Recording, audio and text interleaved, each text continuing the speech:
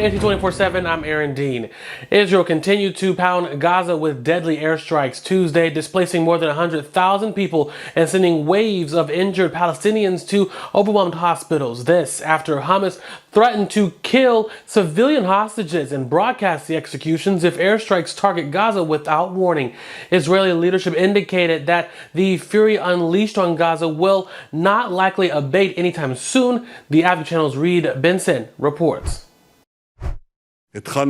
We have begun, and I emphasize we have only begun to strike at Hamas. Israeli Prime Minister Benjamin Netanyahu vowing that military retaliation on Gaza will only intensify after Hamas's brutal terror attacks in Israel. The images of the devastation and destruction from the Hamas strongholds in Gaza are just the beginning. Hundreds of Palestinians have been killed after hundreds of Israelis were killed and kidnapped in Hamas's surprise weekend incursion and bloody assault.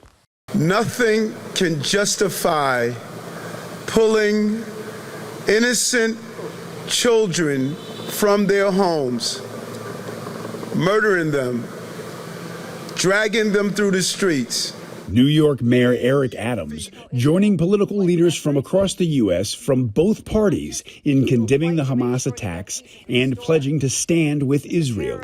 We will see once again the steadfast resolve of the people of this state and this nation to stand alongside the Jewish people and the nation of Israel. We stand with Israel. Those pledges of support coming as Hamas threatens to broadcast the executions of hostages if Israel targets people in Gaza without warning. I'm Reed Binion reporting. Robert F. Kennedy Jr. announced Monday that he will run for president as an independent candidate. That ends his challenge to President Joe Biden for the Democratic nomination. Kennedy says that he is offering an anti-corruption message railing against the two-party system and big corporations.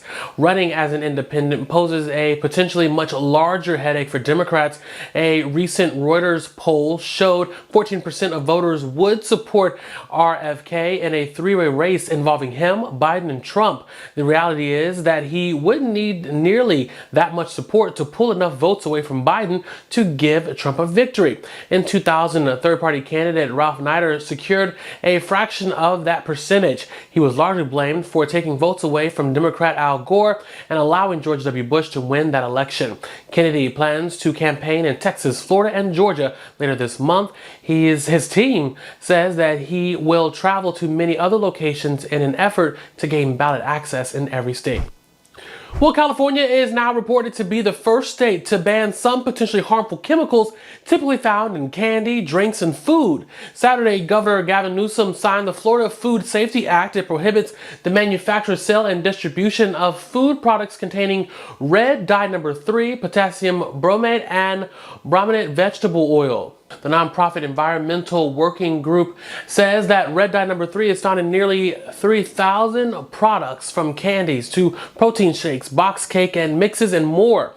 The new law will not be implemented until 2027, but some groups oppose the plan, like the National Confectionery Association, which says it will undermine consumer confidence and create confusion over food safety. One of the last 3 known survivors of the 1921 Tulsa, Oklahoma race massacre has died. Hughes Van Ellis died Monday morning at the age of 102. The World War II veteran died in Denver, Colorado, where he lived for many years. Ellis was a few months old when he and his sister Viola Fletcher fled their Tulsa home from racially motivated attacks. In June of 1921, a white mob targeted black residents and destroyed Tulsa's Black Wall Street district. Nearly 300 people were killed and more than 1,000 homes were destroyed. The last 2 remaining survivors are Ellis's 109-year-old sister Viola, along with 108-year-old Leslie Benningfield Randall. And thanks so much for joining us for AT 24/7. For more, go to theadvocatechannel.com, and you can even subscribe to our Advocate Channel YouTube page. For the Advocate Channel, I'm Aaron Dean.